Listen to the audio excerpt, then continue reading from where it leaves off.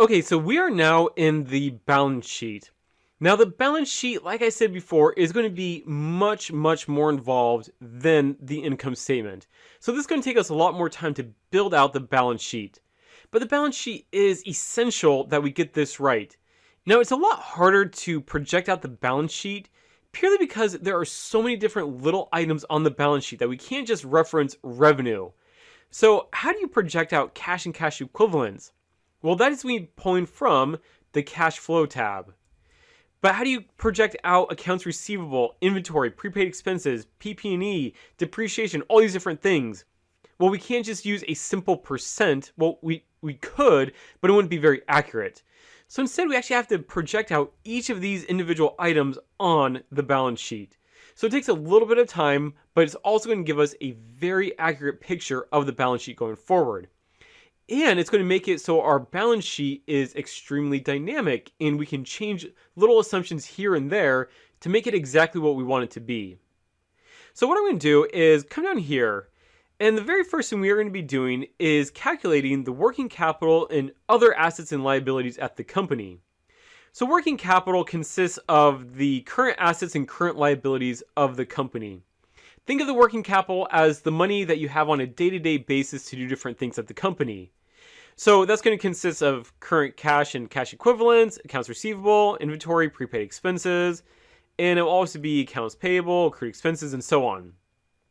So it's all the current assets and current liabilities. That's like the working capital of the company.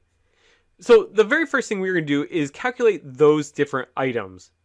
So let me kind of walk you through how we're going to project each of these things. We're going to come down here, and the very first thing we're going to project out is accounts receivable. Now the best way to project out accounts receivable is to use days receivable. Now I'll explain that in just a second. Let me do just a couple of things real quick, and then I'll explain what we're going to do. The very first thing is we need to project out what the accounts receivable is at the end of each period. So for 2015, the accounts receivable was just equal to the accounts receivable right here. And then I'll just copy that over for 2016 and 2017. Okay, nothing too crazy so far. Now the next thing we want to calculate is AR days, accounts receivable days. So let me explain what that is, just in case you forgot from our financial statement analysis course. AR days is the number of days it takes to receive a receivable. So let's say someone buys something from your company, a service or a product. Well, usually you'll send them an invoice and they will pay you back at some point in time. So usually it's 20, 30, 40 days or whatever. So you have this accounts receivable because people still owe you money for a service that you have already provided. And so what we need to do is calculate the AR days for accounts receivable. So let's go ahead and just calculate the historic AR days for 2015 through 2017.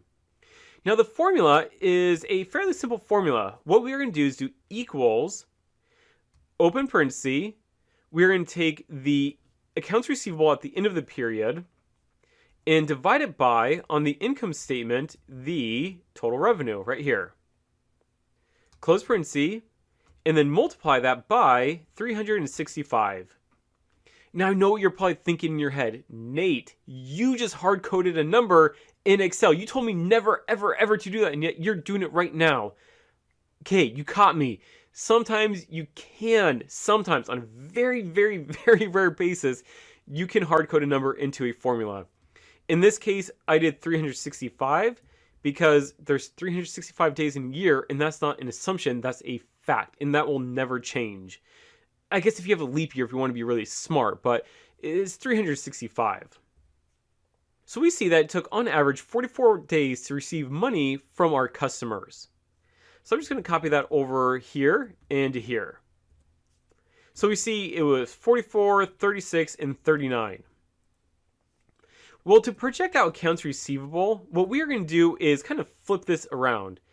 We are actually going to project out the number of days and then back into that accounts receivable number right here.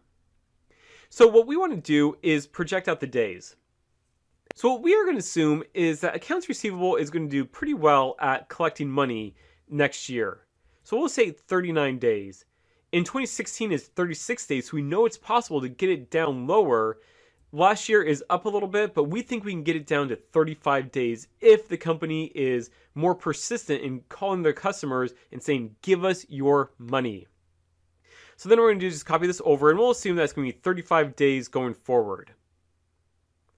So next what I can do is then back into accounts receivable based on these projections right here. So to do that, I'm going to come up here to cell I-48 and do equals, open parenthesis. I'm going to take the number of days divided by 365 and then multiply that by, on the income statement, the revenue right here. So now what I can do is copy this over here. And now we have projected out our first item on the balance sheet, accounts receivable. And what we did was we used days receivable.